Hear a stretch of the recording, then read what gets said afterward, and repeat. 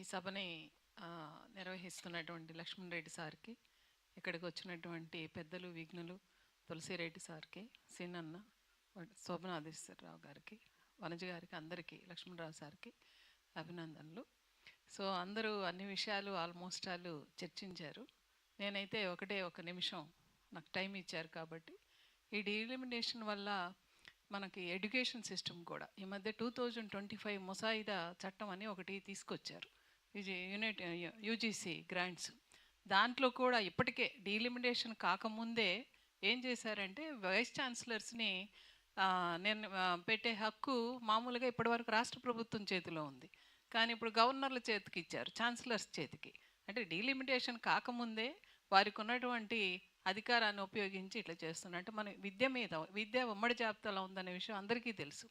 కాబట్టి డీలిమిటేషన్ వల్ల జరిగేటువంటి అనేక అనర్థాల్లో ఇదొకటి నేను చెప్పాలనుకున్నాను ఇక్కడ. తర్వాత వస్తున్నటువంటి స్టాటిస్టిక్స్ ప్రకారం మనకి పెరుగుతున్నటువంటి సంఖ్య 753గా చెప్తున్నారు పెద్దలు. ఈ మధ్య ఒక కరెక్ట్ నెంబరు ఖచ్చితంగా 753. పెద్దలు తులసిరెడ్డి సార్ చెప్పినట్టుగా 724 కూడా పాసిబిలిటీ ఉంది. ఏదేమైనా ఒక మాట నేను చెప్పదలుచుకున్నా ఇక్కడ.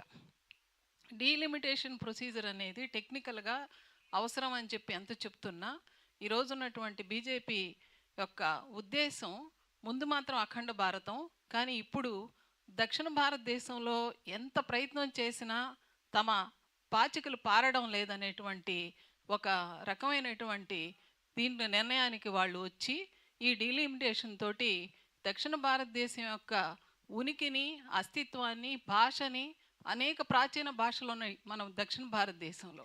చాలామంది ఆదివాసీలు ఉన్నారు. అంటే భిన్నత్వంలో ఏకత్వం అనేది ఉత్తర భారతదేశంలో కంటే కూడా దక్షిణ భారతదేశంలో ఎక్కువగా మనం చూస్తాం. మన భాష కానీ, మన మతం కానీ, మన ఆచారం కానీ, మన కట్టుబాట్లు కానీ ఏది చూసుకున్నా సరే ఒక జిల్లాకి ఇంకొక జిల్లాకే చాలా తేడా ఉంటుంది. ఇంతటువంటి భిన్న సంస్కృతులు, భాషా ఉద్యమాలు ఉన్నటువంటి దక్షిణ భారతదేశంలో మత చిచ్చు పెట్టడానికి వాళ్ళకు అవకాశం రావట్లేదు. కాబట్టి మత చిచ్చు పక్కన పెట్టేసేసి అసలు దక్షిణ భారతదేశం యొక్క అస్తిత్వాన్నే కాస్త నలిఫై చేస్తే బాగుంటుంది అనేటువంటి పెద్ద కుట్ర ఈరోజు బీజేపీ గవర్నమెంట్ చేస్తూ ఉంది, బీజేపీ పార్టీ చేస్తూ ఉంది, నాట్ గవర్నమెంట్.